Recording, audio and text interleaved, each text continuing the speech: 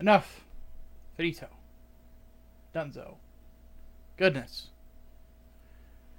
Oh, good gravy. It is Tuesday. How's everybody doing? Hopefully it's good. It is less disgusting this week in Illinois, which makes me happy because, dear God, has it been hot lately? What the F? Like, so, tale from my part of the world. I obviously do not live in the best of apartments. You know, it's something I'm trying to work my way out of, right? And the big downside to it is that I've only got one window unit in an apartment with two bedrooms. And yeah. So one air conditioner has to cool this room, my bedroom behind me, the kitchen, the living room, and the bathroom. In reality, it only gets half the apartment. That's why I'm like never in my living room anytime that it's the summertime. Just it never happens. Usually winter is whenever I'm jamming out there. So, but yes, it's been very warm. Today is a cooler day, so I am very much enjoying that. It means I can actually kind of like get stuff done. Um, though admittedly, I worked on my day off, so I'm just kind of like only doing a little bit of stuff today, streaming, and then like a couple other things. But yeah, God, it's supposed to get hot again Wednesday, Thursday, Friday, Saturday, Sunday. This is gonna be a miserable summer, man. It's gonna be terrible. But we're gonna get through it, right? So,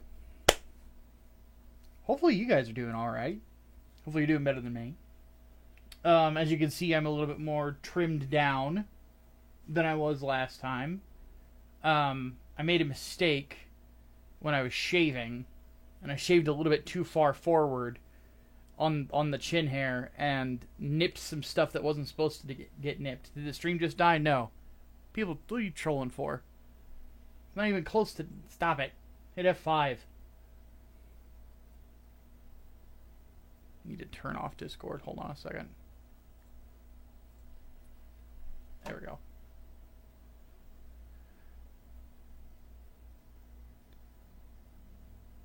Somebody tell Kingdom of Vinland to hit F5. Not Alt F4, hit F5. Goodness. But anyway.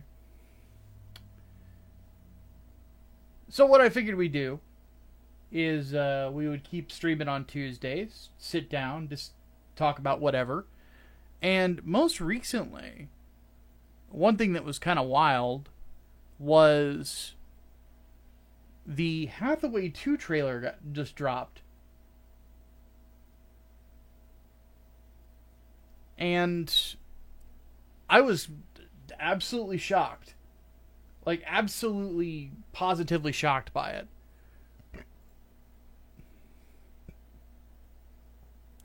Let's have a look here.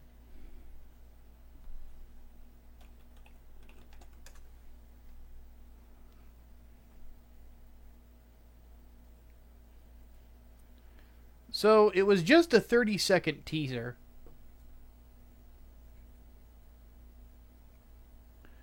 And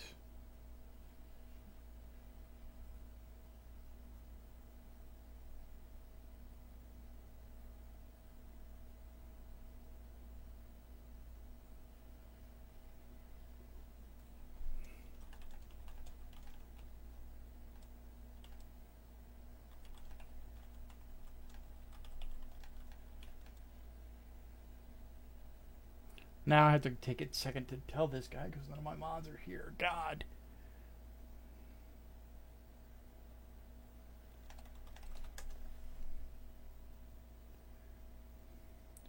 Okay, anyway. Enough of that. So, I'm not going to play the audio from this because I just kind of want to go through it real quick. what we see through this is we see the Sea Gundam and a few Messer units. This one specifically, the purple one, is the one that his second in command piloted. The one that took him up to the Sea Gundam's capsule.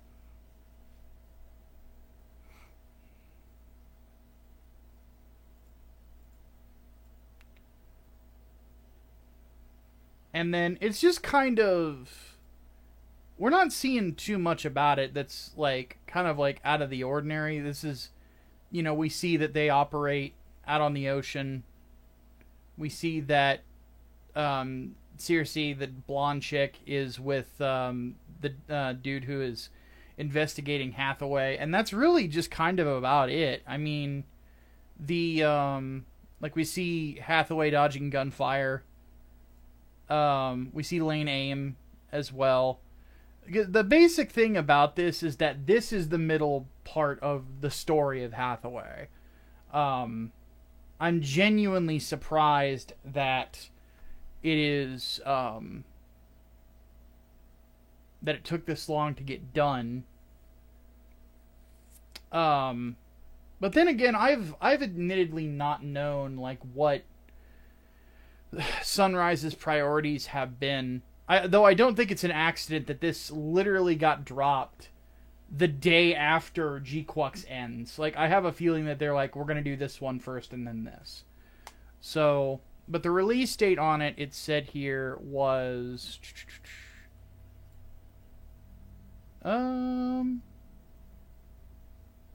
next winter.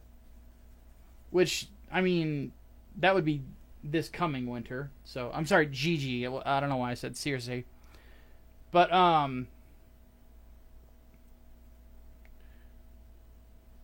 yeah. There is a, there's an interesting feel to the Hathaway series. It's definitely got more of like a James Bond feel to it, so on and so forth.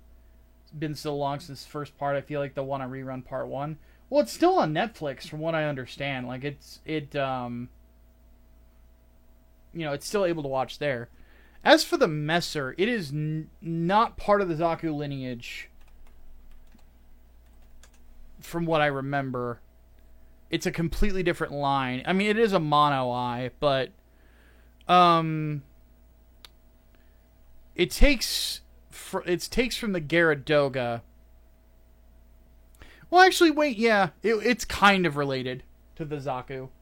It's an offshoot.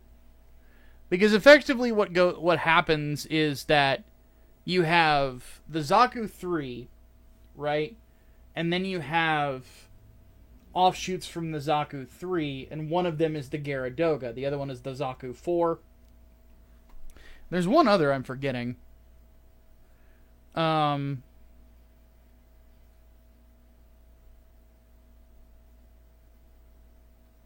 it's just those two. It's the Zaku 4 and then the Garadoga. And then the Zaku 4 was its own thing in Moon Gundam, and then we don't hear of another Zaku, I think, ever. Except for the ones that were in F90, which I've never read all the way through. I didn't like the opening of it, so... But then the other hand is the Garadoga, and then off the Garadoga is the Messer. So, yes and no.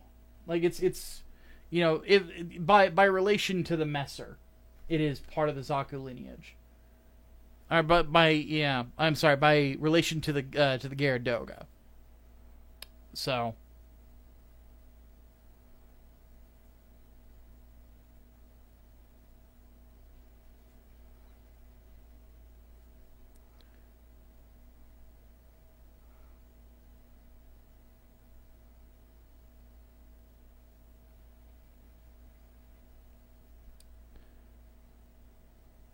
Though apparently it also takes some design notes from the Sazabi, specifically of it, the cockpit being in the head, which, I mean, isn't a Sazabi thing. It was first a something that they did in the Zeong and then they did it again in the whatchamacallit, in the Rick Diaz, and then also in the Deja.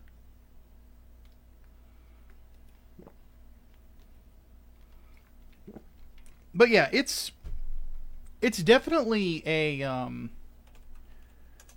a very Zeonic inspired mobile suit. It has a lot of the same sort of design elements to it. Despite the frame here, this is a mono eye. Has the spiked shoulder, like a lot of Zeonic sort of mobile suits. But then again, it's also got some similar Federation affectations. The legs look closer to like a Federation suit.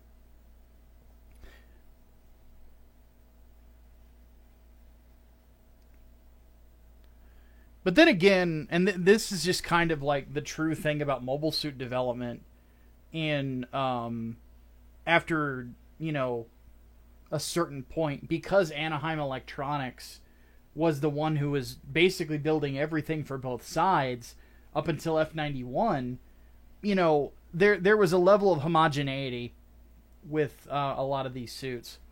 Like, let's look at it a little closer. Because, it has a Federation-style beam saber. Not a lot of Zeonic mobile suits used beam sabers during the 1 Year War. There was the beam Naginata on the whatchamacallit, on the Gelgoog, and then there was the beam saber on the Gyan, and then there's one other I'm forgetting. Oh, the fuck, why am I forgetting the name of it? It's from 0080, the one that got turned into fucking Swiss cheese.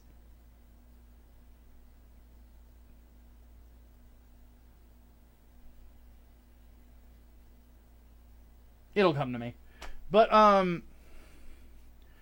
yeah, the other elements of it, like, that look kind of Federation-y, it's like if you took the arms and the head off of this, you would think that this could be a Federation mobile suit. With the placement of the chest vents and stuff like that. And that's sort of like where, sorry, let me move the microphone here. This is sort of like where that homogeneity that I'm talking about comes in, because another mobile suit that also started to have that was the Hyzak.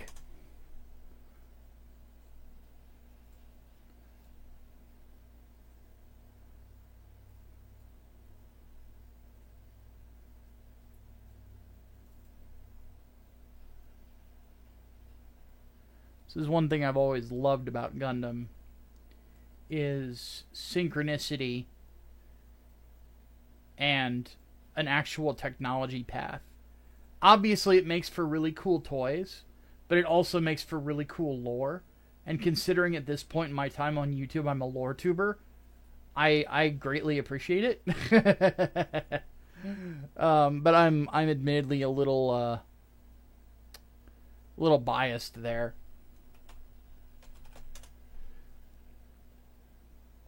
I'm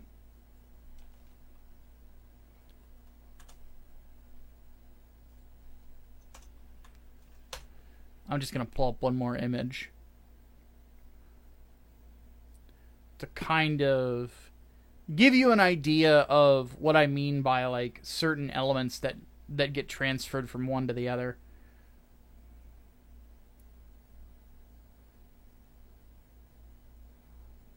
Trying to find a good picture of Granddad.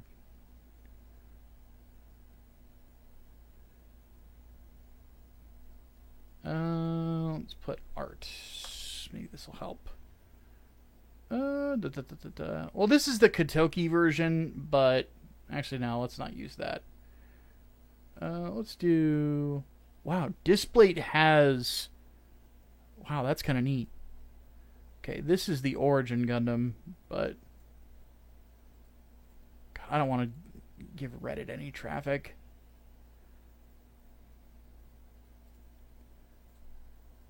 This will have to do.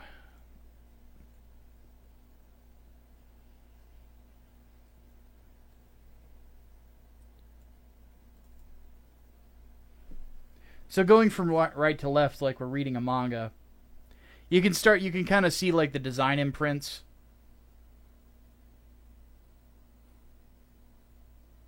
Especially from one to the other. Like it's obviously they take some elements from it.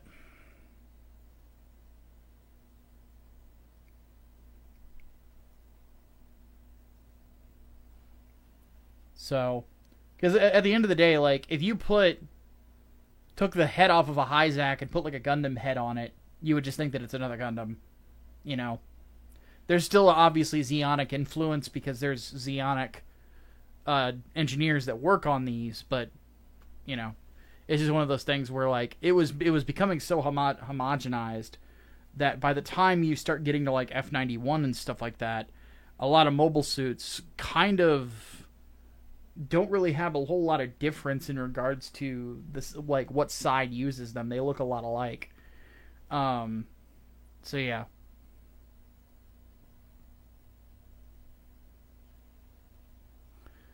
Did anyone see the official G-Quux live stream today? No announcements besides merch.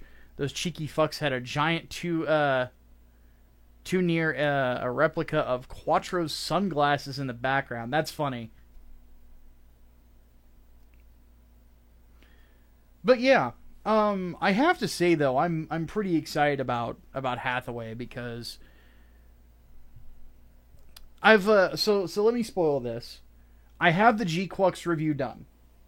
I rewatched the whole show, sat down, thought about it, wrote the script, and then kind of rewrote it. And I wanted to make a couple of statements to people that are part of the audience. I want you guys to understand that I am 100% devoted to trying to be as consistent of a critic as humanly possible. And it is not in my interest to play favorites or anything like that. Just to be honest about how I feel about things. You know? So, when I get a comment that says, you know, you had better do this or that in your review or else,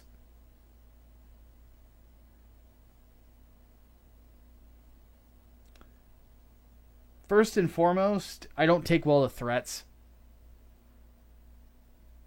Like, if you really want me to not like you, congratulations. You succeeded. Now I don't like you. But the second thing is that when, like, am I known for being inconsistent? I don't think I am. You know, unless I missed something, which maybe I did. But what the fuck, man?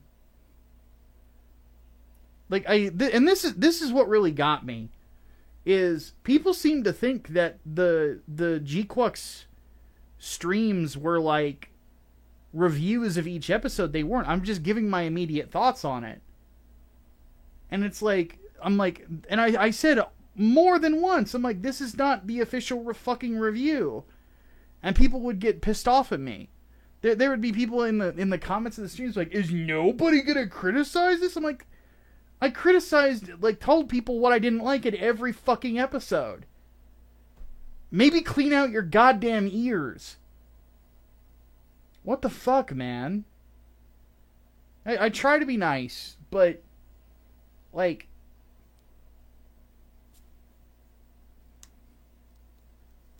it kind of reminds me of, like, Karens that I had to deal with whenever I worked service jobs. Like, I would be in the process of doing something, and some fucking lady be like, you had better get this taken care of. I would stop what I'm doing. I would look at them and I would say, at any point during this process, have I given you the impression that I'm not going to do what needs to be done here? And I would wait for them to answer.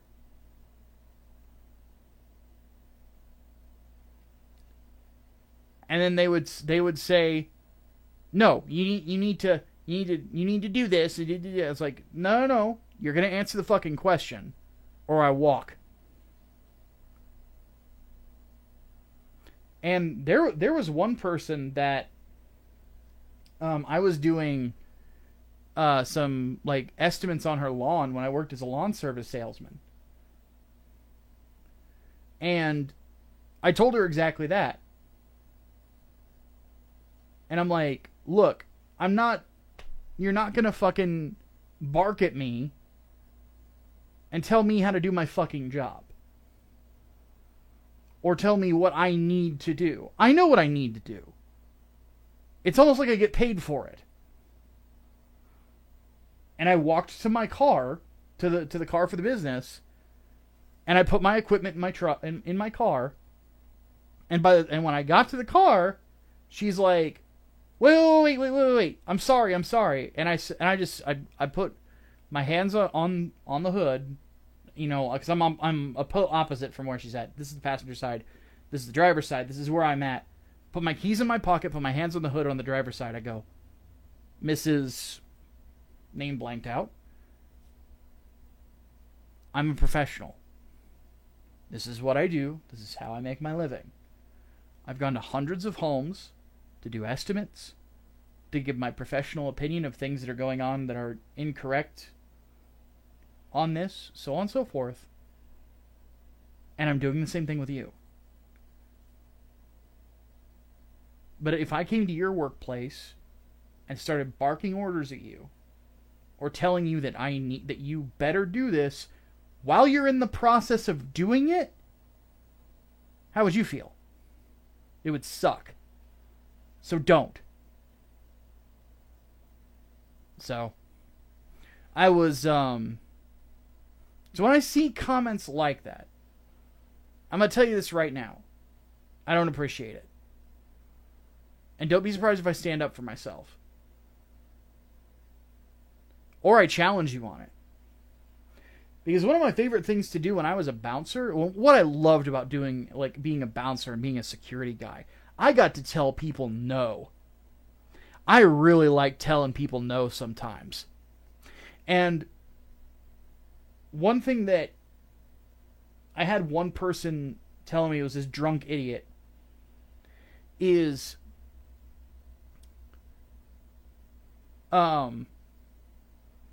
we were in an elevator.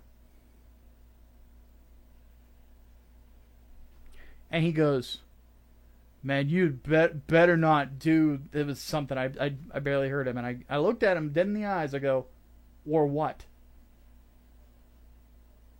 Like, keep in mind, he's like tiny dude. He's just had way too much to drink. And he immediately looks away from me and goes, I'm just saying. I'm like, and I'm just saying, once we get to the top here, we're going to walk to your room and you're going to go to bed. Didn't hear another peep out of him.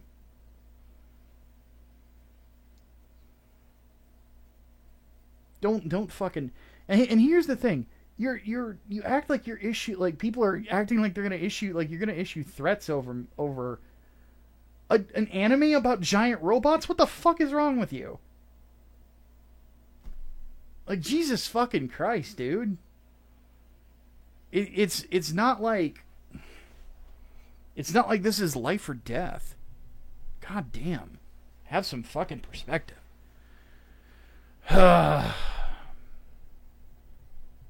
It just...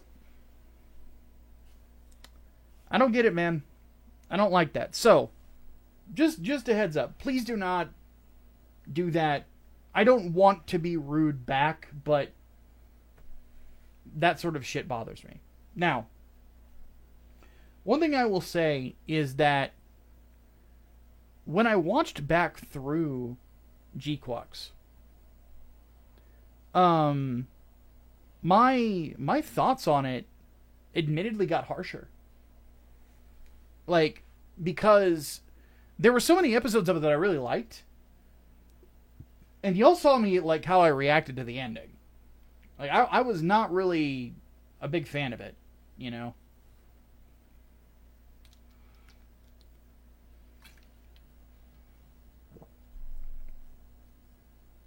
And then one thing that I'll say is,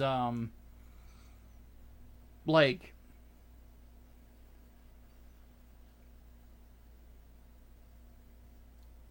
I compare it in the review to a Stephen King novel.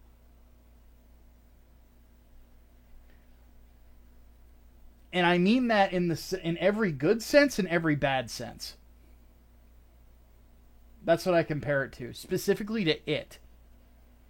And for those of you that have read It or watched the movies, you know what I mean by that. So, okay, should probably read the chat. I'm sorry, guys.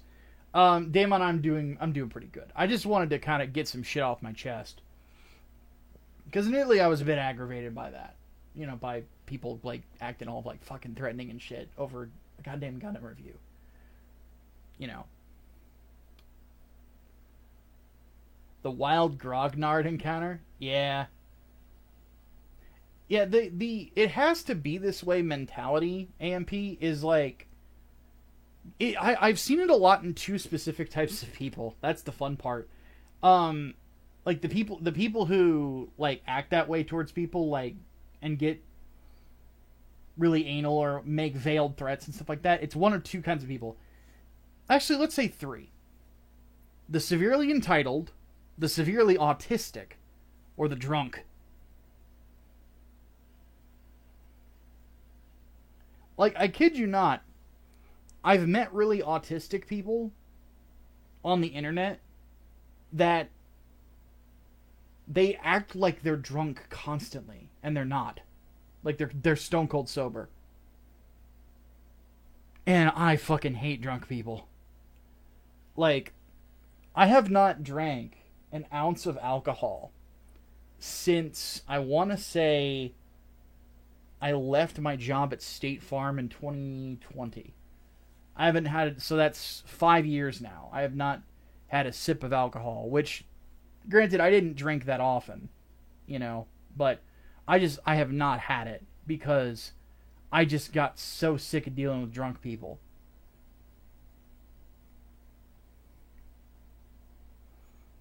So, but yeah, if anybody has seen It or read the book, you know that the ending is rough. To the point where, if you want to see it, chat, do you want to see it? If there's anybody in the chat who has not seen it that wants to, please do let me know right now. Because I don't want to say something that ruins it, necessarily. Though me saying I'm not a fan of the ending has probably already given some hints. Space Pirate Lord says, my thoughts get better because I realize that an introduction to Upart's play a significant part. Think about how advanced this version of Psycho Gundam was to the original and years earlier. This tech that leaked into their universe probably altered the mech design fully, for instance. It's possible.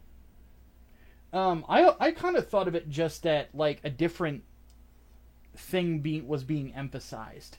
Like, the big difference maker in their version of the 1 Year War was Saikamu. So there's more of a focus put on that. Whereas in the original 1 Year War, a lot of what won the war for the Federation was their mobile suits being considerably more agile and powerful.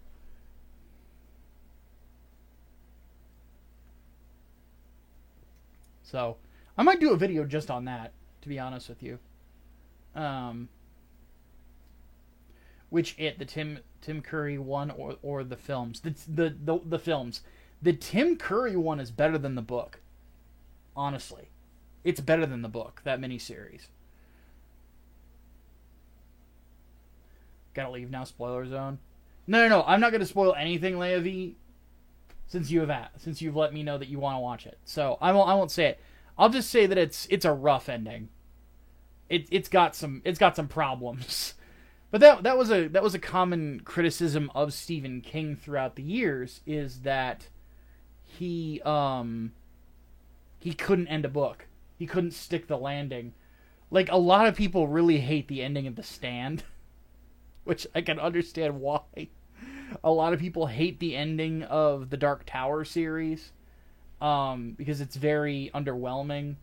Like, Stephen King books, the thing about his work is that he was one of those guys that you read more for the journey than you did for the destination. You know, I don't remember which review it was, but because I'm fat, I use food comparisons all the time. That and I really like to cook. It's like going, like, hearing about, let's say you live on the East Coast and you hear about the greatest funnel cake stand on earth, and it's like in Nevada. So you're like, you know what? I really want to taste this funnel cake and see how fucking good it is. And you and your buddies get into a car together and you road trip across the country. And it's just you and a few friends having some adventures. And then you get to the destination, and the funnel cake doesn't taste any different than any other funnel cake that you've ever had in your life. They just had better service, you know? So so that's kind of like what Stephen King books are like. Is like the journey is really good, but goddamn, the destination is very underwhelming. So, oh man,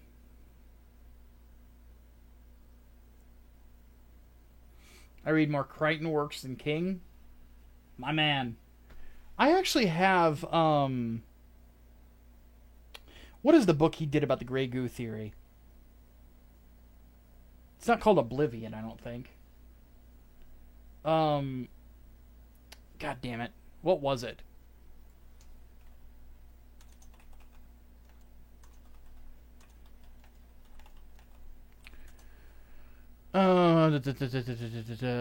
Prey.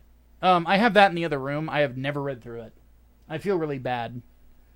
I'm at a point where honestly, I'm like any books that I want to read that are fictional, I'm now just buying them on audiobook.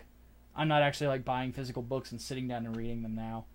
Which is kind of unfortunate because like when I was a kid I read all the time, you know? And even as a young adult, I read books all the time. Michael Crichton's is probably my favorite science fiction author.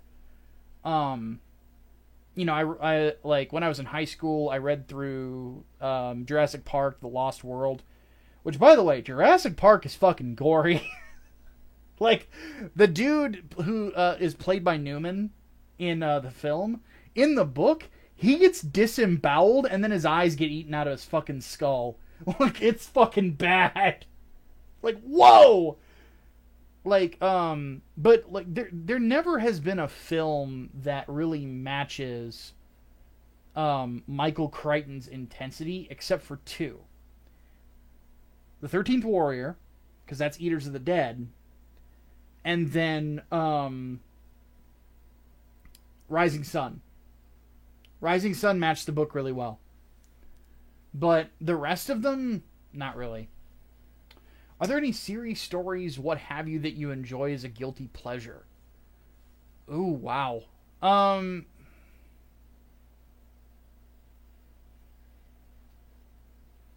guilty pleasure.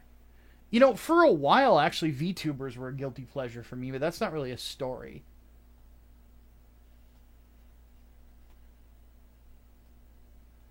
I think. Guilty pleasure.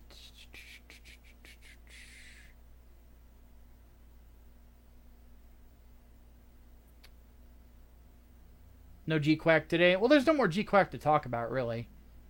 Though I just talked about kind of like what the review is going to be like. Let me look through my game catalog here. Kind of see if there's anything in here that I look at and I'm like, God, did I really play this?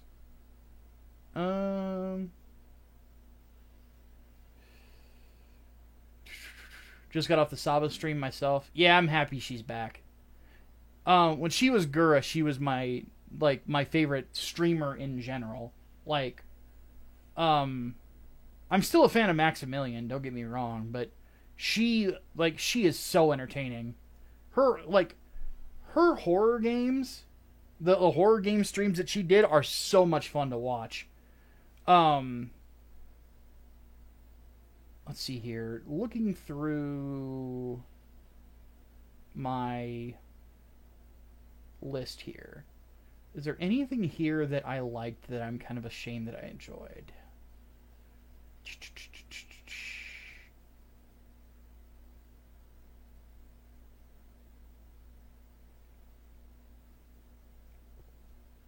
I'll tell you, music-wise, I'm a little ashamed that I enjoy the song Karate by Baby Metal as much as I do. So there's music. Sagura is now called Saba. Yes, Samiko Saba. And she is a catfish now. Or something. She hasn't really specifically said anything. She can't say she's a shark because they would sue her. But she basically looks like, her model looks like, take Gargura, but instead of white hair, she has blonde hair and she grew it out. That's basically what she looks like. Have I played G Generation Eternal? Yes, because that's the one before Crossrays, right? Yes, I have played it. What in here is one that I'm, like, ashamed of? Because the thing is, there's games in here that I own that I did not enjoy, but other people bought for me. For example, somebody bought me Senran Kagura, and I'm like, what the... Alright, fine. I streamed it for like 15 minutes years ago and had to stop. Because I'm like, this is not... No.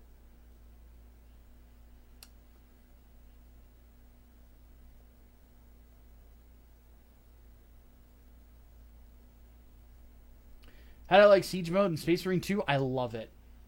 It's great. I really want to get a group of 3 people together to try to play through it and try to get to round 15 on hard mode.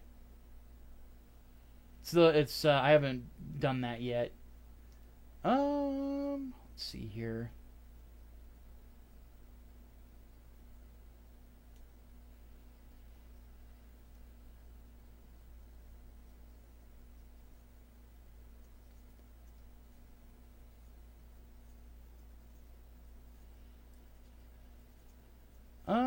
I'm trying to find one that I'm really ashamed of.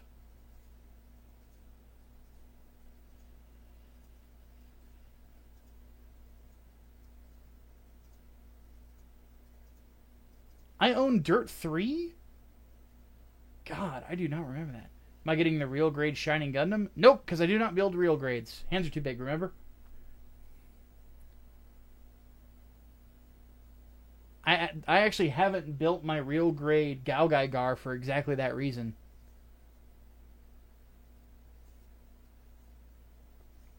I'm going to make an attempt at it at some point. I'm waiting for the heat to die down before I try painting again. You want to know what? I know exactly what my guilty pleasure is. I'm going to show you guys.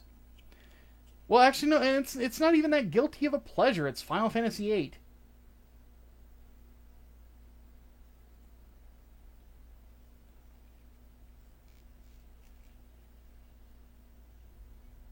I really enjoy this game.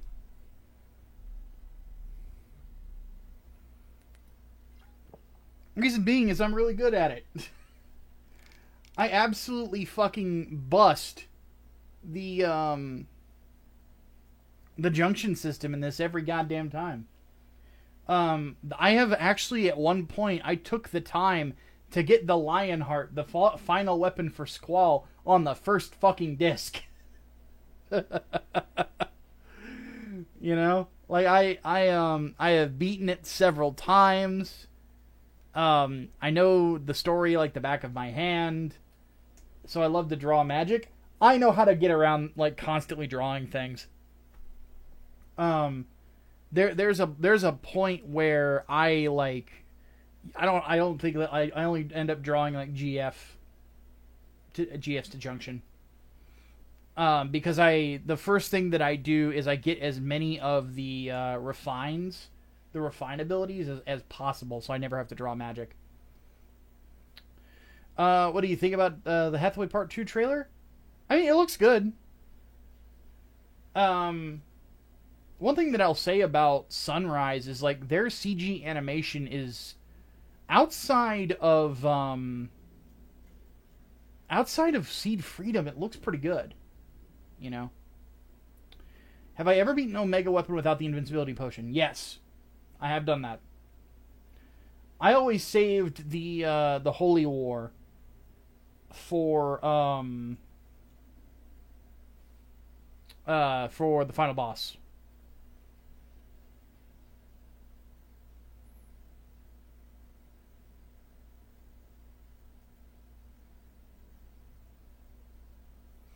But yeah, is there anything else in here that I'm kind of surprised that I own?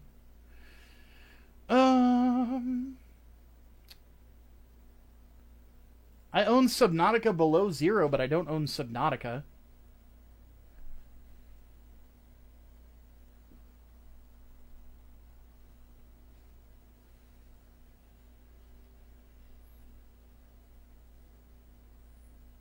Should you overcome hatred of Hathaway and still watch the first movie? Yes, he's a lot more mature in his film, and on top of that, you're following a villain protagonist for better or worse because he's a terrorist. You know, it's just he's also a terrorist against the most corrupt version of the Federation that has existed. So it's very much a Shades of Grey story. It's the best Universal Century anything that we've gotten in a long ass time. So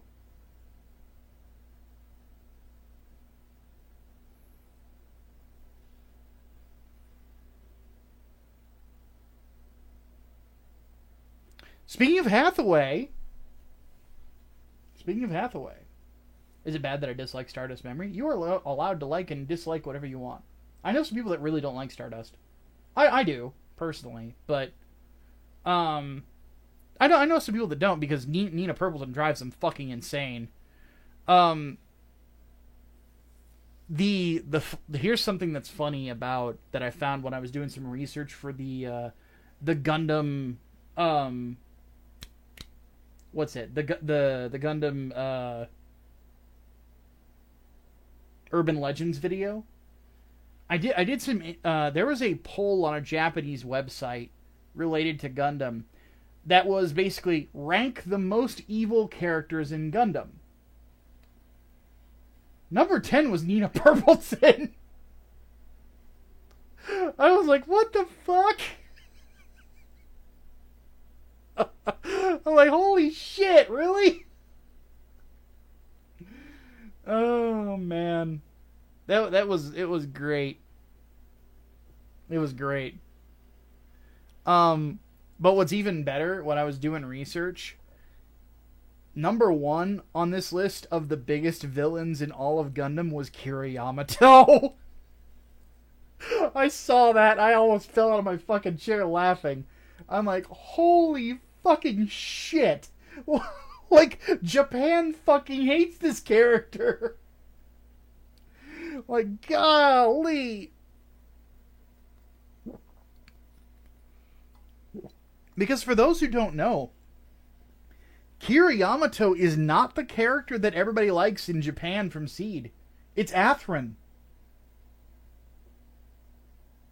Like, I shit you not. It's Athrun. Athrun is the character that everybody loves. I mean, for good reason. He is, like, one of the better, like, one of the few tolerable, even, characters. In Gundam Seed, it's just every Gundam that he fucking pilots looks so fucking stupid with the goddamn Wii on its head.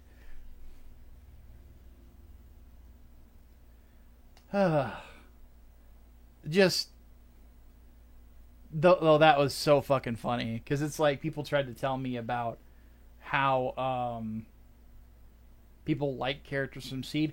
Seed is very popular in Japan, man. It is the only Gundam show to match ratings from what we would call the prime of Gundam, which would be Zeta and Double Zeta in the ratings. Like, Zeta and Double Zeta every week got really good ratings on Japanese television. Really good ratings. And then it just kind of went down a little bit until it tanked. Like, its lowest point is X. There's no question. X had an episode that was below a 2.0 rating on like in its first 26 episodes, and its average rating was lower than Wing and G Gundam. So it wasn't trending very well, which is probably why it moved time slots. And then when it moved time slots, then it just fucking died. They just put it there to die. Because they put it... I shit you not, dude. The time slot that they put Gundam X on in Japan to effectively let it die was cruel. They put it on 6 in the morning on Saturdays. What child or teenager? Because like Gundam's like target audience is teenagers and young adults, right? What person of that age group is gonna be awake at that point of the day? Nobody getting up that early to watch Gundam. That ain't fucking happening. So, and the funny thing about it is that, I do kind of sympathize with the opinion that if they had stuck it out, the ratings might have gotten better. Because Gundam X gets a lot better as it goes along, but they gave it the Yu Yu Hakusho Cartoon Network treatment. Kinda, yeah. Not that dissimilar. Because Yu Yu Hakusho, they ended up throwing on Adult Swim after a while. Which admittedly, just as a viewer, I was, I was fine with, because they could actually kind of allow it to be itself. They didn't have to censor as much. Yu Yu Hakusho can get pretty hardcore at points, especially during the Dark Tournament, which I still maintain best tournament arc ever.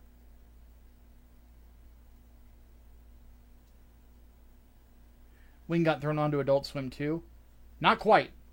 What happened with Wing normally aired in the afternoons on a weekday. It would air again on Adult Swim, and it would be an uncensored version. Which, there's no nudity in Wing, so the profanity did not get censored, and neither did the blood.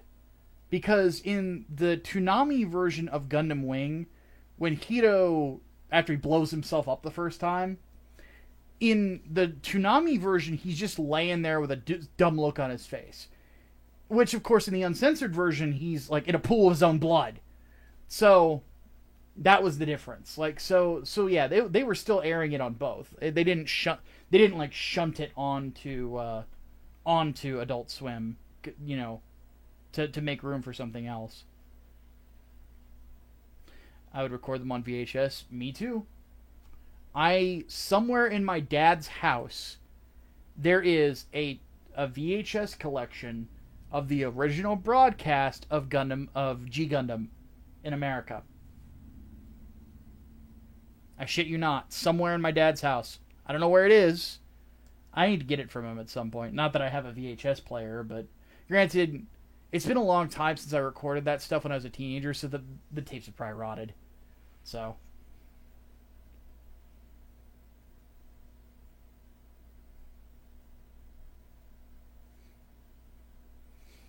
But yeah, Toonami Midnight Run, which would inevitably become Adult Swim.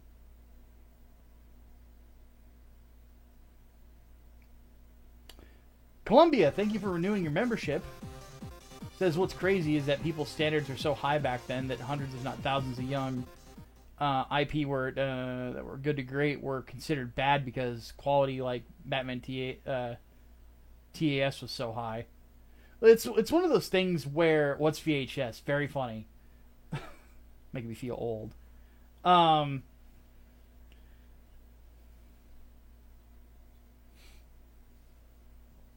Somewhere in the house. The School of the Undefeated of the East. I actually want to interview that voice actor at some point. At some point, I want to talk with him. I want to have a sit down. Because he's still a voice actor. He just doesn't do anime. He does narration for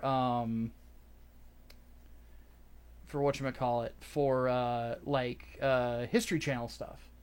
And like, have you guys ever seen Ice Truckers? I used to watch Ice Truckers whenever I worked security, because it would be on to basically help us stay awake during third shift. And I heard his voice. I'm like, that's Master Asia. So I wanted to talk with him and see like how did he get that gig, and like how did he transition from one to the other? Because he's really, really cool.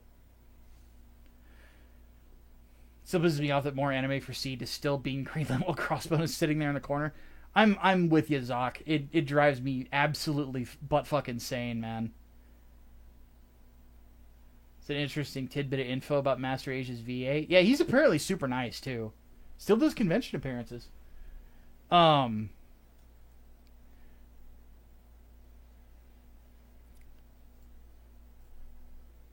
yeah, I mentioned something about Hathaway. So for those who don't know, right now on the channel, right here, Grips War Part 3 is available for members. It becomes live for everyone on Friday. The 7-day exclusivity admittedly is a little selfish, because but Hathaway does show up in this one, and there is a little bit of an allusion to his future in it. But yeah, the episode is called The Sign of Zeta. So if you have not become a member yet, get in at the $5 tier or above. It's very well worth it.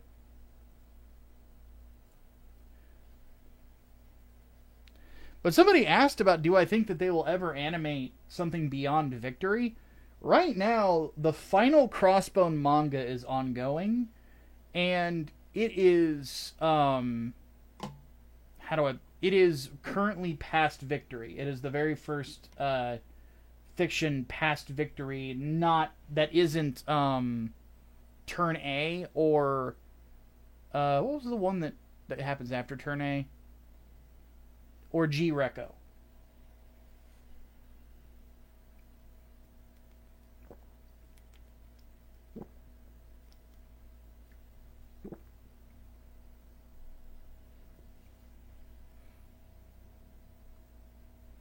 VHS might be worth to get it for Nostalgia Stack Plus, a possible way to extract the ads. Use that as your please wait screen to some retro aesthetic. Actually, one thing I thought about doing was what I want to do is I really want to do this lore podcast first and foremost. But one thing I am actually considering doing is hiring a pixel artist to actually animate some of the mobile suits that I've painted in a hangar, and people do pixel art of people working on them as a please wait screen. But I don't have the money for that right now. We gotta keep building. Which we are. I mean,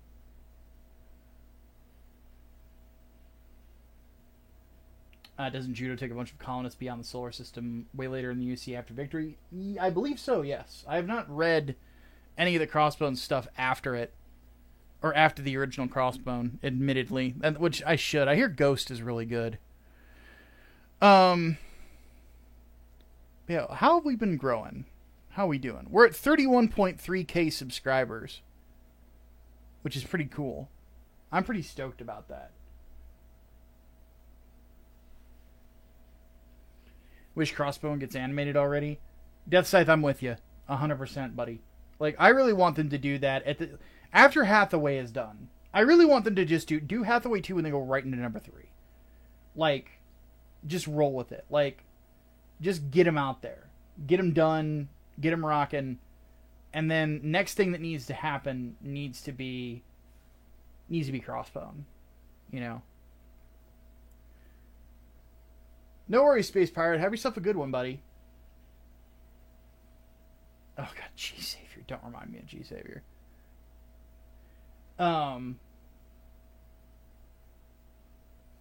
What's a good source to get a hold of Gundam manga?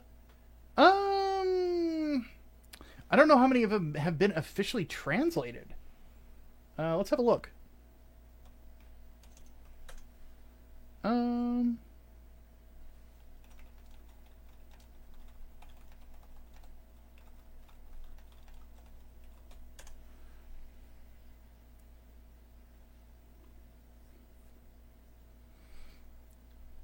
because like Gundam Crossbone is not officially translated into English. Um, it's all, you have to read it online. Like there's no official, you can't pick up like a Tankobon volume or anything like that. It's all fan translated. Now, admittedly, the fan translation I read was really good. So, so yeah, unfortunately, the only thing you can really do is sail the high seas, which is a bummer. I would love to actually physically own it. However, Thunderbolt is translated, so you could still get that. I don't know how many of the others. Which, it's so wild to me that Sunrise doesn't do it. It's like, Sunrise is really weird to me. I think that, like, as a company, they get stuck in, like, this thing of, like, we're just doing this and that's it. They don't want to, like, hire a third party or stuff like that to do other things. And it's like, God damn it, dude. Like, there's so much more money they could be making. And they're just not doing it.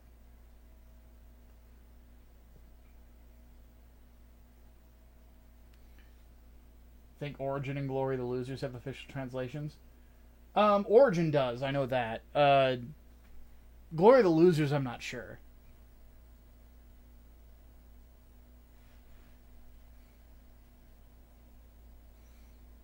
But yeah, sadly, I had to sail the high seas. Yeah, it is ironic, Leovy. You're not wrong.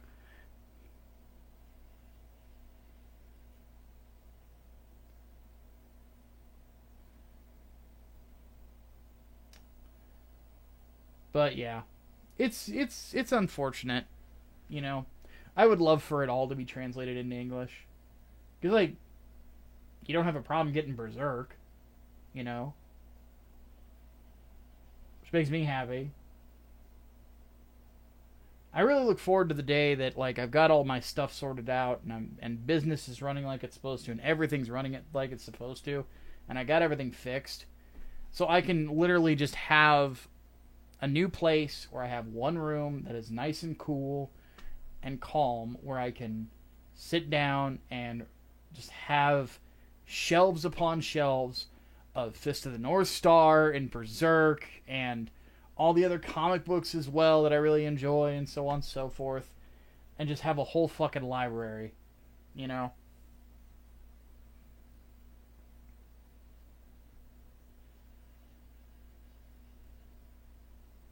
Well, they have to make a lot of new molds for the model kits. That is true. But they used to put out like a lot more master grades per year than they do now. They used to do like 4 or 5 actually. Now they're down to 1.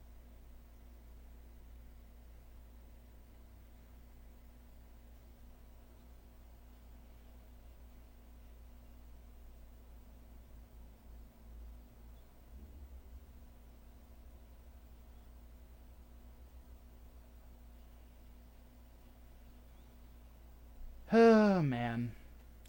It'd be what it be though.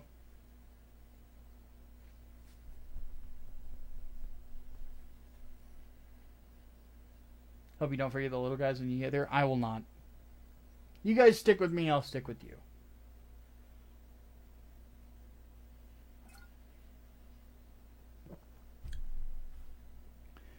Demon says, got my copy of Carcharodon's Void Exile, so life's good. Dude, it's a great book. It's great. I loved it.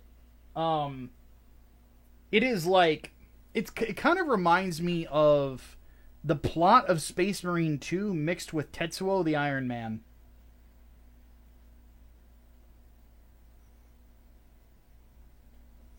Like, I kid you not, that's what it reminded me of. Like, there's some sequences in that book that are fucking insane, but they're so fucking cool.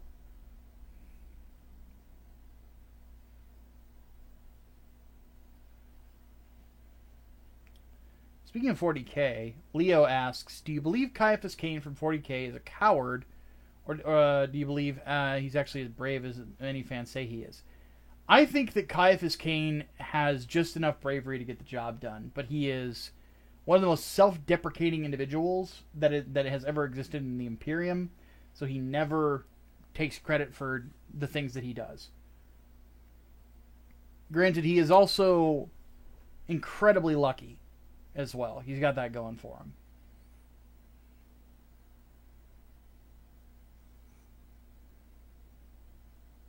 Hey, Boz, how's it going?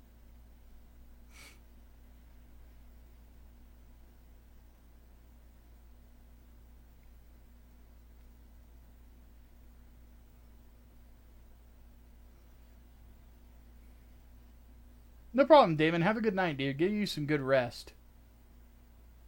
Cain has the ultimate power in 40k, common sense.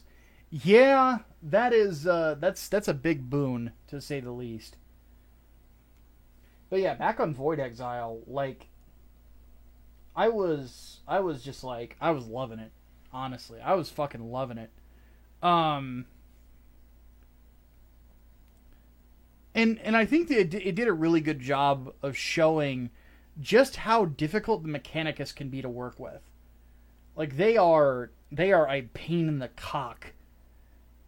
Like just to get along with, because I mean, granted, it's like getting along with any other human being, right? Like sometimes you will find somebody that is fully ready to work with you and very pleasant to work with and very easy to work with, and then you will find somebody that's just on a fucking ego trip.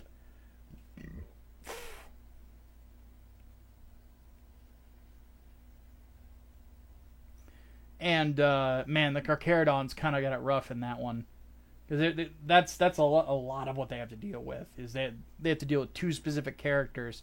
I won't spoil who, that are just on a fucking ego trip, and it's really annoying. And yeah, Space Marine 2 is on sale. Let's see what price it's at.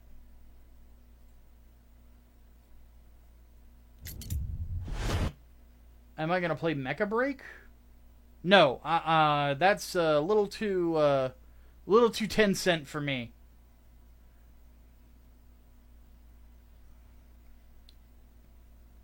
But my advice, honestly, if you're gonna get Space Marine 2, I would pick up the Gold Edition. This is the one that I have. It's a little under $60, which is a lot, admittedly. I'm not going to sit here and lie to you and say that it isn't. But you get a shit ton of cosmetic options that, in my opinion, are worth it, because for me, I really love playing as different chapters other than the Ultramarines. Do you guys want me to show you what's in it? Is like, if there's anybody in chat that is not... The Imperium demand... Stop that. Is there anybody in chat that wants me to show off like what you can do? I would be more than happy to fire it up and show you real quick. But right now, like DLC wise, what you have is an Ultramarines cosmetic pack, the Macragge's Chosen DLC, which is just Captain Titus stuff. The art and making of I bought. Same with the soundtrack. But you want the version with the season pass, which is what the Gold Edition is, because you get the Dark Angels chapter pack, the Salamander's Champion, the Raven Guard cosmetics, the Space Wolves chapter stuff, the Imperial Fist Champion, and then the White Scars and the Blood Angels. So, are you guys want to see it? All right, give me 1 second. Let's fire it up.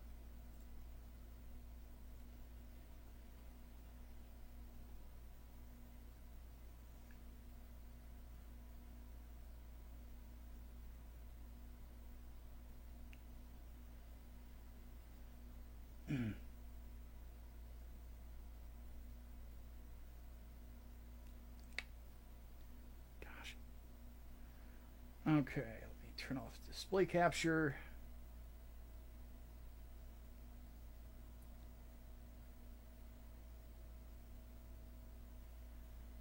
And then...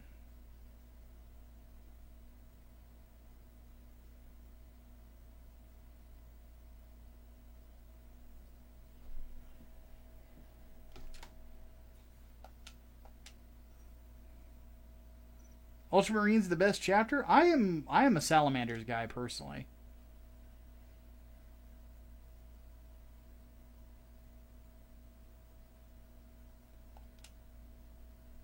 Because the Salamanders do not have one problem. They don't have Cato Sicarius. That's a big W. Columbia says been writing almost 2 small novel scripts for a 40k chapter, Penitent Marine that was found to have unknown gene seen not adorned for 2 centuries. Interesting.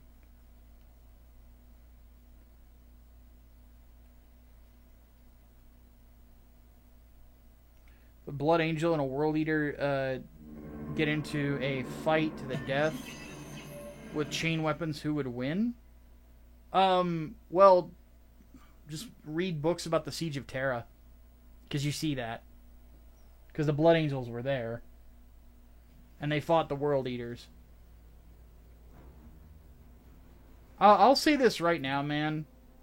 Whenever it comes to anything 40k oriented, I would say right now the World Eaters are kind of overrated.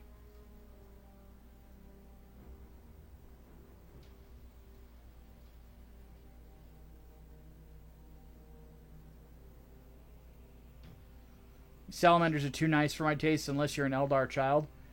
Or just an enemy of the Imperium. Like, they're vicious.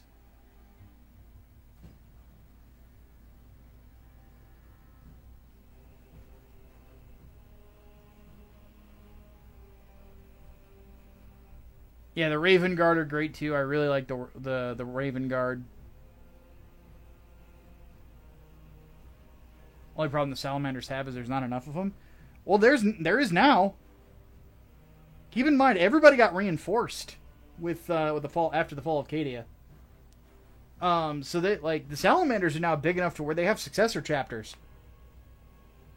They have I think 4 or 5. There's not a lot of them, but they do have them. And then the Storm Lords are suspected to be. But prior to the Indomitus Crusade, they had just the Dragon Spears and the Stormlords, though the Stormlords weren't confirmed. And then after that, they got the Red Vipers, the Covenant of Fire, the Dark Krakens, and I think there's one other I'm forgetting. Okay, so to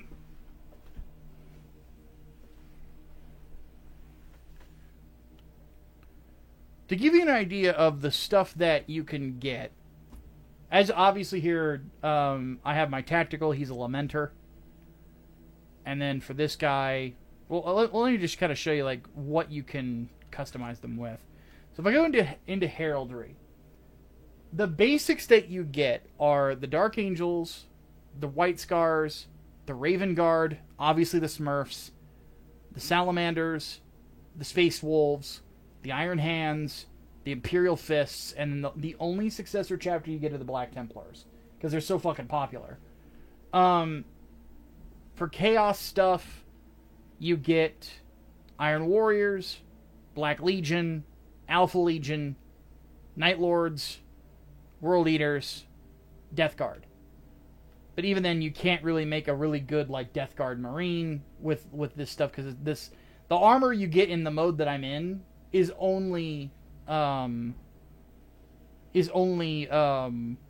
Imperium stuff. Then you get the Unknown Foundings. These are also included in the game. So you get the Blood Ravens, the Taurens, the Red Scorpions, the Storm Giants. I was saying Storm Lords earlier. This is who I meant, Storm Giants.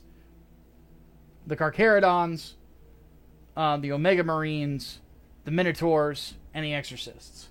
So, by default, you get some cool shit. like, you get the Carcharodons, you get the Storm Giants, you get the Red Scorpions, you get the Blood Ravens, so you can be a fucking magpie. You get the Exorcists. If you like the Minotaurs, you get the Minotaurs. And then, of course, you know, you've got all your Loyalist Legions plus the Black Templars as the one successor chapter. Now, if you get the DLC, that's where all this other stuff is.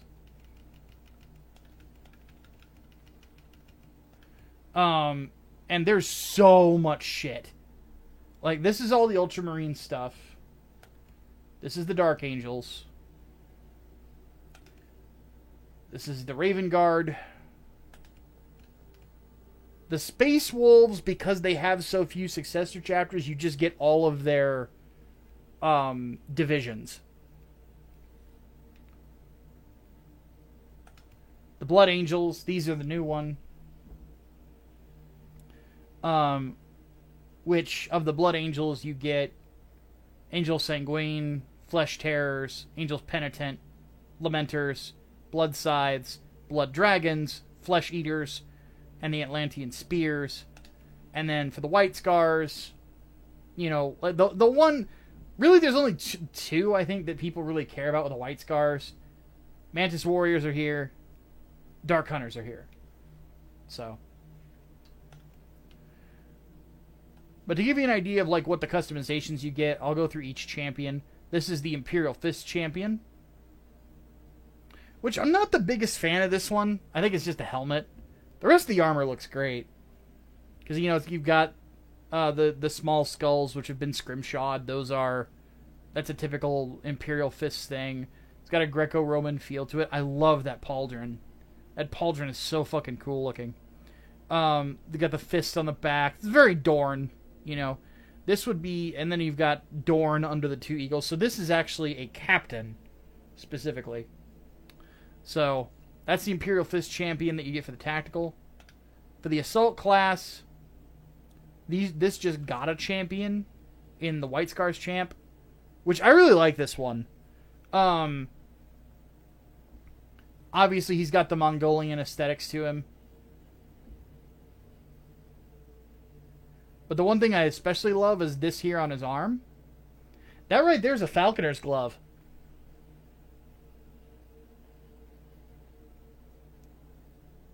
That I thought was a really cool addition.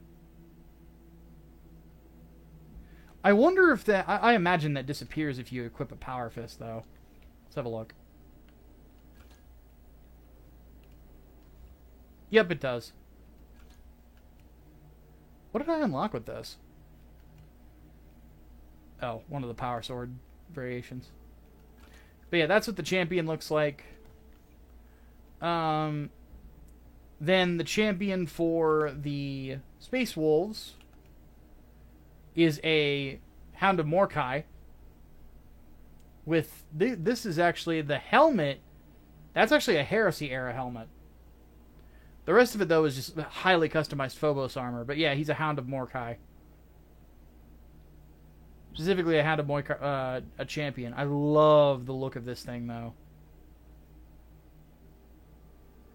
Granted, I just really like Space Wolf aesthetics.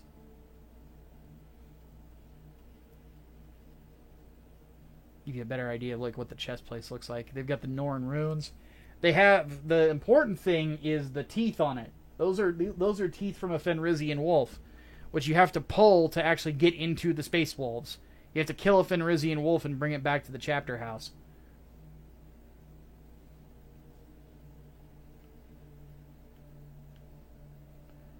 And it's also got a servo skull in the back. But my default is a Carcharodon. Bulwark probably has the best one.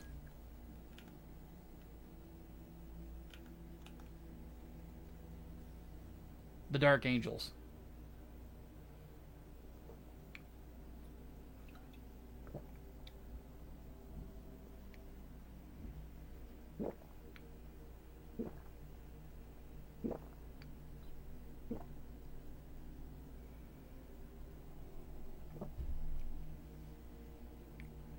So this one here, what I really love about it is the usage of the bone white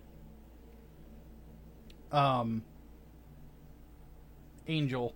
I think it's a really, really cool looking with the golden trim. Because this is supposed to be an inner circle companion. And that shield is just fucking great. What does it say on it?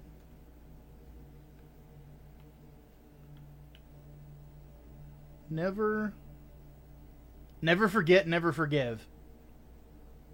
Very dark angels. Yeah, they got their little tome of secrets, chapter secrets, bound and enclosed in chains. Overall, just a really, really cool looking armor. The Dark Angels have like some of the best drip.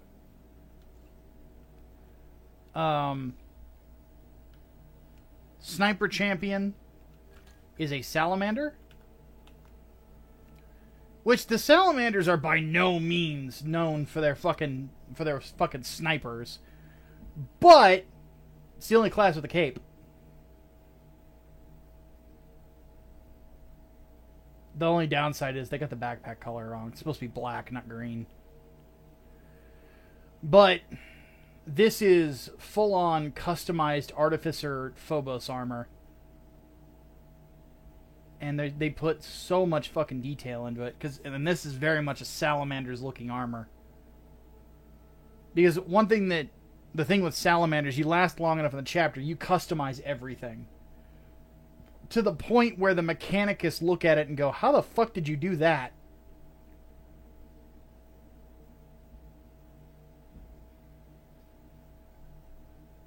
And this, of course, is another chapter where you have to kill something to get in. In this case, they have to kill, effectively, dragons. Which is part of the reason I fucking love the Salamanders. They're so goddamn cool. Just that aesthetic just is just amazing to me. And not to mention, they just look fucking terrifying. With the red eyes and the ash gray skin.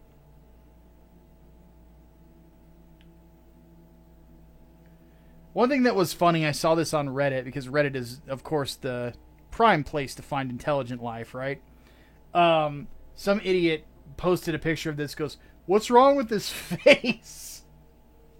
And it's like, he's a salamander. Do you not know what they look like? And then the last champion that you get, but I don't really think is worth it, is the Heavy, because it's an Ultramarine. Which, admittedly, it's not a bad-looking one. I like the Iron Halo on him. But what I really like is the fact that he's part of the third company instead of the second company. That means he would be operating under Uriel Ventress. The only problem that I have with this... Oh, actually, no, he's fourth No, it's fourth squad. The only problem that I have is this.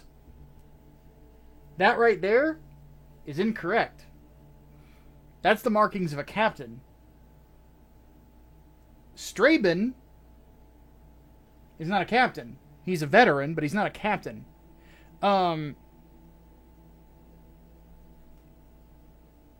Captain of that company would mean this is Uriel Ventress. Uriel Ventress does not wear this type of armor. But yeah, the current one that I have is an Iron Hands captain.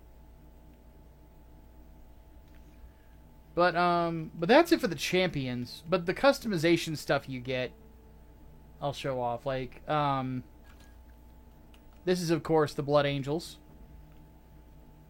So this helmet, the chest piece, and this pauldron are Blood Angels specific. As you can see, it says Blood Angels on it.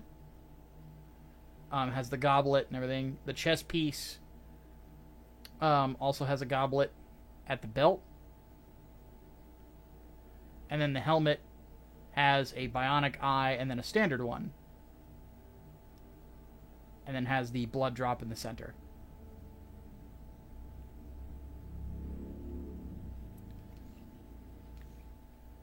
Then let's do the... Oh, the other cool thing about Blood Angels is you can also do Death Company. If you want to do that. White Scars.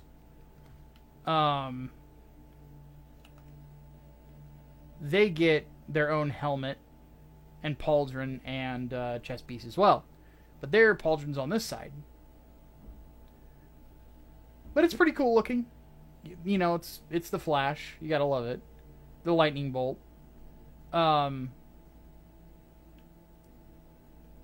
Again, got Mongolian vibes. A fucking human skull on the belt.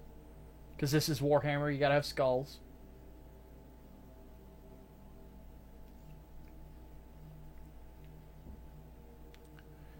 Gotta go fast, right?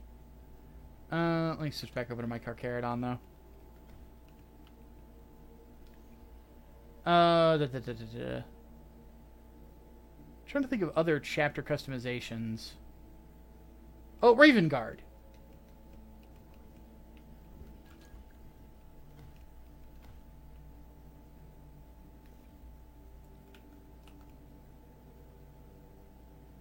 Raven Guard get a chest piece. Basically, like any time that like it's chapter customizations, they get a chest piece, a helmet, and then usually pauldrons of some sort. This does not have the pauldrons. This I actually based on Caven Shrike, the current chapter master of the Raven Guard, down to his personal emblem on the shoulder. So this is effectively Caven if he was not wearing Phobos armor, which current model he does. But a better view of it is here. So you get the beaky helmet, you get the chest piece,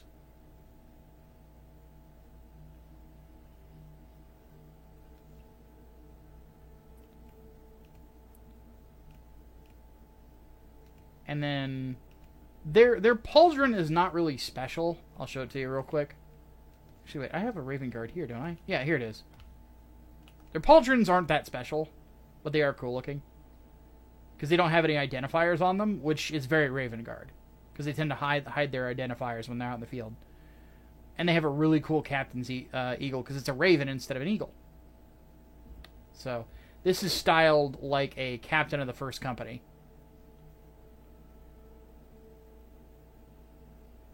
But they've even got... This is actually something every Raven Guard will have, is a claw and feather from... Or a couple feathers from the bird that they have to kill on their home planet to gain entrance into the chapter, because they have to sneak up on it.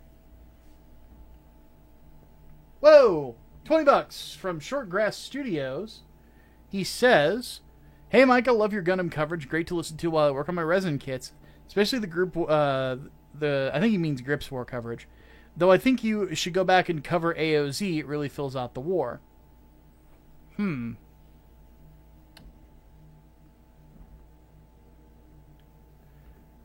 If it ever gets fully translated to English, because it's not, the book and the manga are not. They're not completely translated. I will do so. I will do a video specifically about it.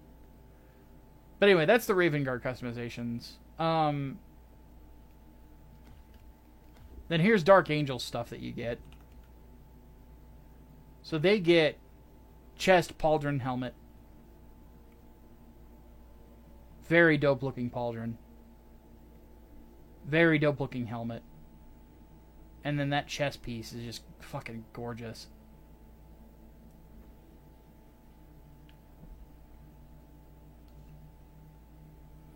The Dark Angels just have really good drip.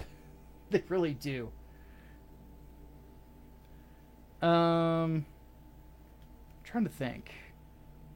Did I miss everybody? Or did I miss anybody? I don't think I did. I went over Dark Angels. I went over Raven Guard. Oh, Space Wolves.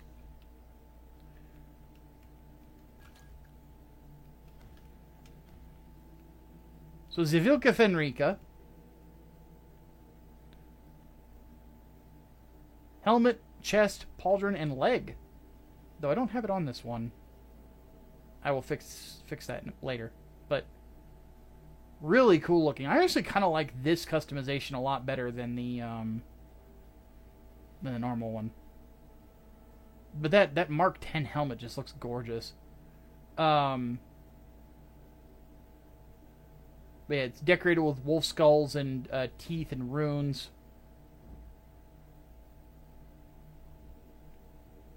And just Space Wolf and Jump Pack Veteran just kind of fits. So. Hey, Dusort, what's up, man? But I think that's about it.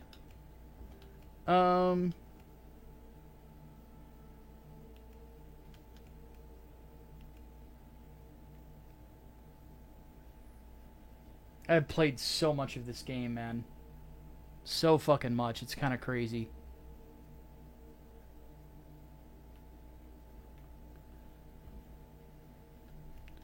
And this is my favorite class, the Bulwark.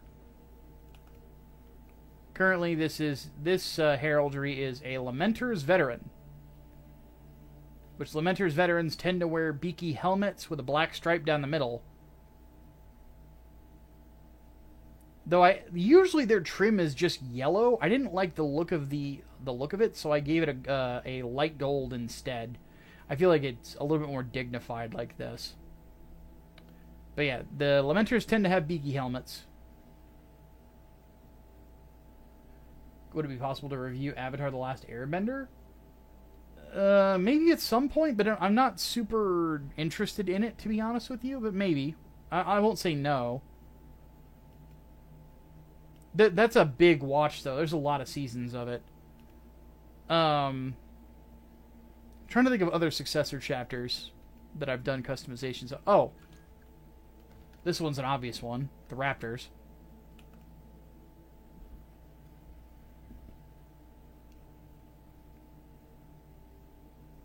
I mean, Raptor Eliminator, that just kind of fits, right?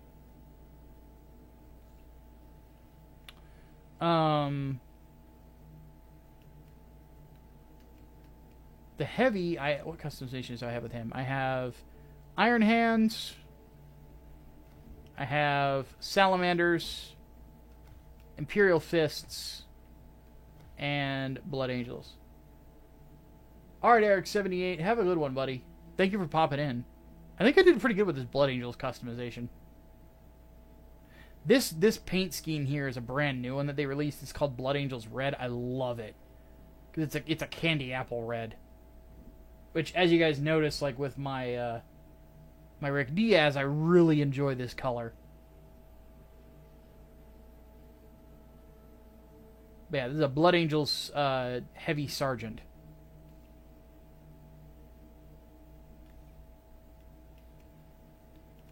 What else do I have here? Because what's really cool is you can reduplicate the miniatures pretty well. Like, this is like a Sword Brother of the Black Templars. But then over here you have...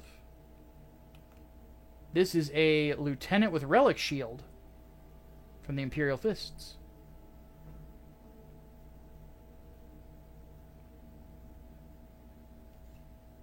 And whenever I play the tabletop, and Servant can confirm this, I tend to run a lot of Lieutenants. Lieutenants are really good. But yeah, I usually just do Salamanders, Blade Guard, Veteran, Sergeant.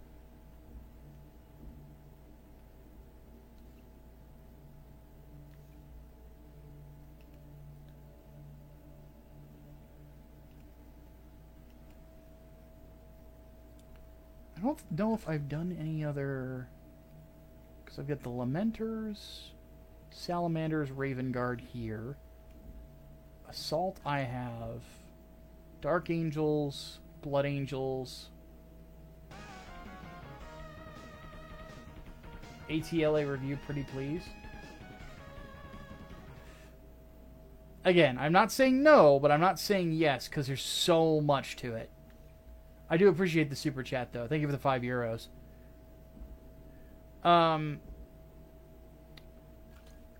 These guys... Death Company... White Scars... What's this one? Smurfs? Yeah. I forgot I had a Smurf. This is a pretty good... I think I did a pretty good Ultramarine with this one.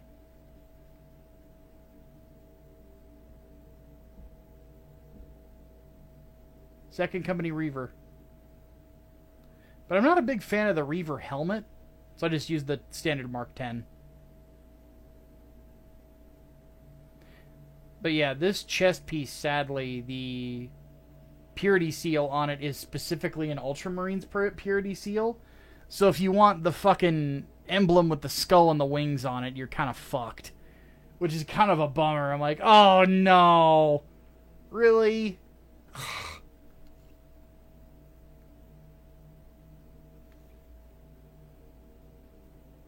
Yeah, I will give the Ultramarines credit. They definitely have a great palette to them. Bounty for something like Avatar is like $60. I don't even know, man. There's so much of it. Like, there's like 6 or 7 seasons, right? So that would be something for the future, maybe. We'll see what happens. Yeah, I'm gonna stick with the Carcharodons. There's something about the Carcharodon's aesthetic that I really like. The older helmets. The fucking bolted together fucking equipment. Which the funny thing about this is that Last Airbender is only 3 seasons? I thought that ran for like years. I'm shocked by that. But yeah, maybe at some point. But yeah, like this shoulder plate isn't even from this armor type. That's not a Phobos shoulder. You know? That's a Tacticus.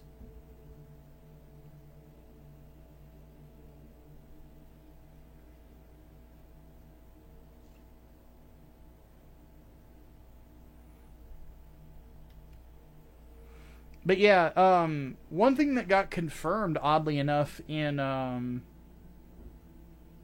what was it? I'm gonna go ahead and close the game out. One thing that got confirmed in the most recent book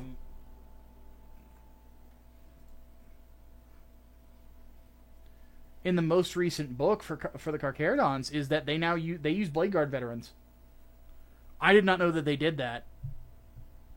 Must be a new thing, because they usually didn't do it before. I mean, because the guy that we see in the book is a company champion, though. So, but typically, I feel so bad for the Carcharodons. The company champion uses a power sword where the field on it that powers it up doesn't work. So it's just a normal sword. But it's so fucking sharp. Yeah, molecular studs and Mark V Heresy armor. They'll use Mark V, Mark 6, Mark 7. Like, they do have Mark 10 stuff now, but it got damaged in missions and they didn't have replacements.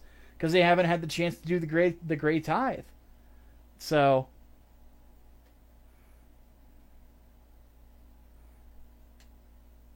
personally prefer the first opus of the Space Marine series. Fair enough. I can see why you would like the first one. A lot of people prefer the first one because you fight the orcs. Which I understand. Orcs are really fun to fight. I like the Tyranids a little bit more as enemies. And I really like the Thousand Sons. I like the Thousand Sons a lot more than the Black Legion. Which is basically what Nemeroth was. He was basically like it was a Black Legion warband. Because the thing about the Black Legion is they're basically the Ultramarines of Chaos. You know? Like, if you want to run Iron Warriors on the tabletop or Night Lords or anything like that, like, there are Night Lord, like stuff you can buy, but you just run it as just Chaos Space Marines, right?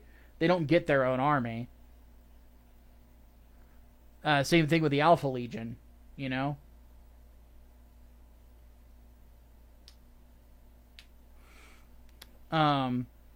It's also because you don't have to have a very high-priced gaming PC in order to run it. That is true. For me to run Space Marine 2 as good as I can, I do like to have it at like high levels of graphics. I have to run it. I had to upgrade my stuff. However, it did run decently on a GTX 1080 before I upgraded my graphics card.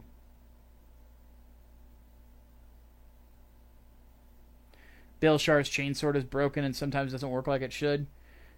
I thought that, well, I don't want to spoil it, but I thought there was some other stuff going on that might have affected that as well. That's the problem whenever you're fighting Vashtor the Archiphane's forces, is like machinery in general just tends to fuck up. I think he actually has something on the tabletop that lets him do that. I'd have to look it up.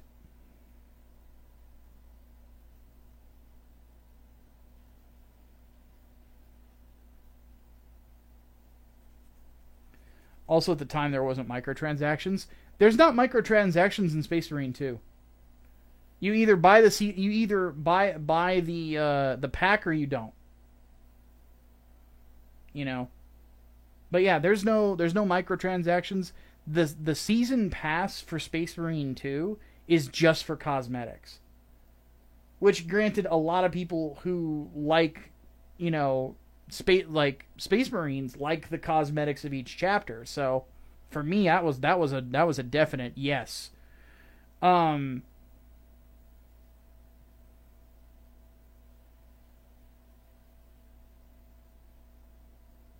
yeah, there's no microtransactions.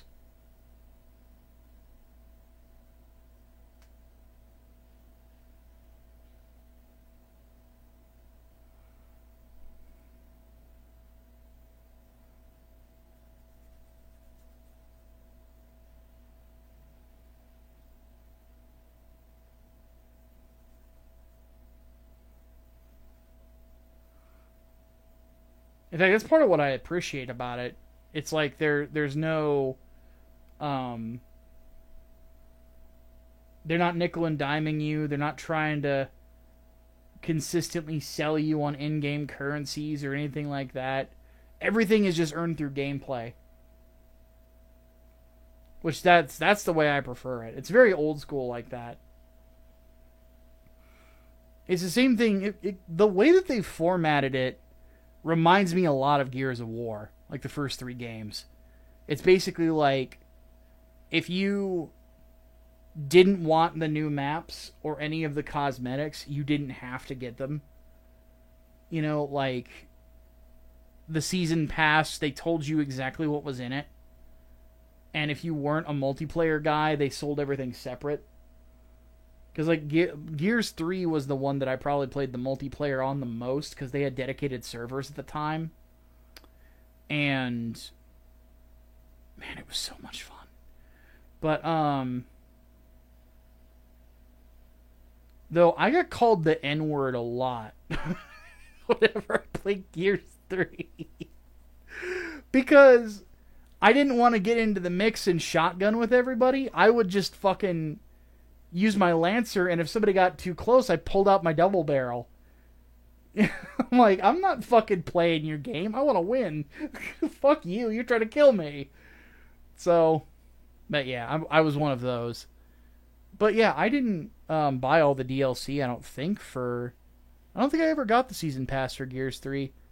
I think I bought one of the map packs, and I bought the expansion pack for it. That was it. The other stuff I don't think I ever got. Same thing with Gears 2, because like Gears 2 had maps, and I just, after the first few months, I just didn't play the multiplayer, so I didn't, feel the need to buy it.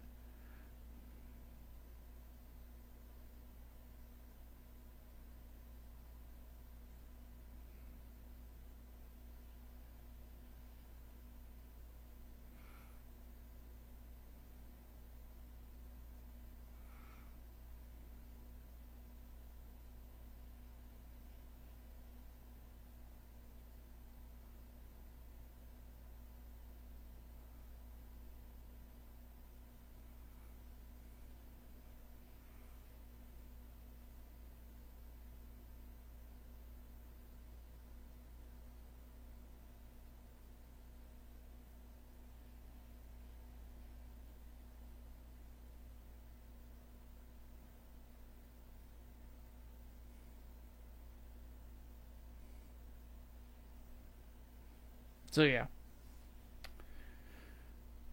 Oh, that's my thoughts on that. Oh, one other thing that I also I honestly prefer about Space Marine 2 is the fact that it does have a parry system. It makes you feel so much more skilled.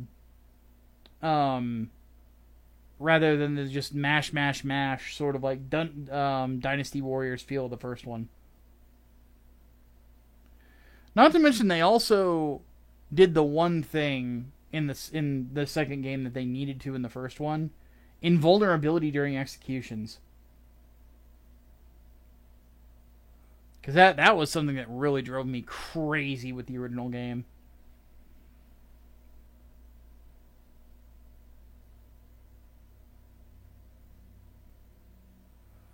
But then again, there's other things that like the first game did better.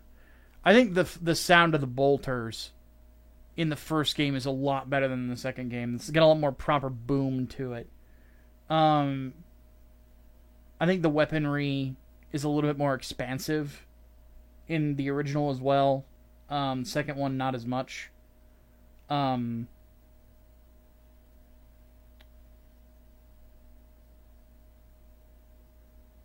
actually, no. At this point, I don't think I can actually say that honestly.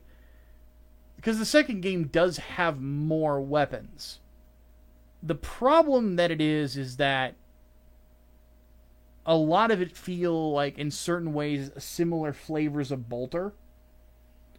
With only small variations between them. Whereas there was a lot more like bigger jumps in certain types of weapons in the original game. Like the Bolt sniper rifle against the Stalker Bolter. You know, like the big difference is just the rate of fire, you know. They removed half of the hotbar. You don't really need 4 weapons though, to be honest with you, in the second game, because a lot of the combat is mid-range. Whereas in the first game, there was some stuff that took place at extreme range. So in the future, they're gonna have to, like, if they do stuff that they have map sizes that are similar to the original game, they're gonna need to bring that back. But yeah, I admittedly in the second game have never been put in a situation where I was like missing the other 2 weapons. And then again, also because they clearly wanted you in the second game to be more melee focused. Which, since the melee is as fun as it is in the second game, oh god, I much prefer it. And there's some weaponry in the second game that I kind of prefer the feel of a lot better. The melt-a-gun is a lot more fun and a lot more impactful in the second game than the first. I really like the feel of the Las-Fusel. That's a really good weapon. It has a lot of punch when it fires. But then again, so did the Las Cannon from the original. What else is there? Stalker Bolter in the second game fires a lot faster and and does a little bit less damage. But then again, you have the Bolter sniper rifle, which fires not as fast, has a full stock and zoom, and has crazy zoom on it, and its headshot damage is really good too. But the Las-Fusel is not fair because that's actually an anti-tank weapon. So using that on a Tyranid's head is kind of unfair. What else is there? The Power Sword is a lot better than the second game. Chainsword kind of feels the same. Similar moves. You can still do the double stomp. The combat knife is a lot better than the second game. Like the combat knife in the original fucking sucked. It was a terrible goddamn weapon.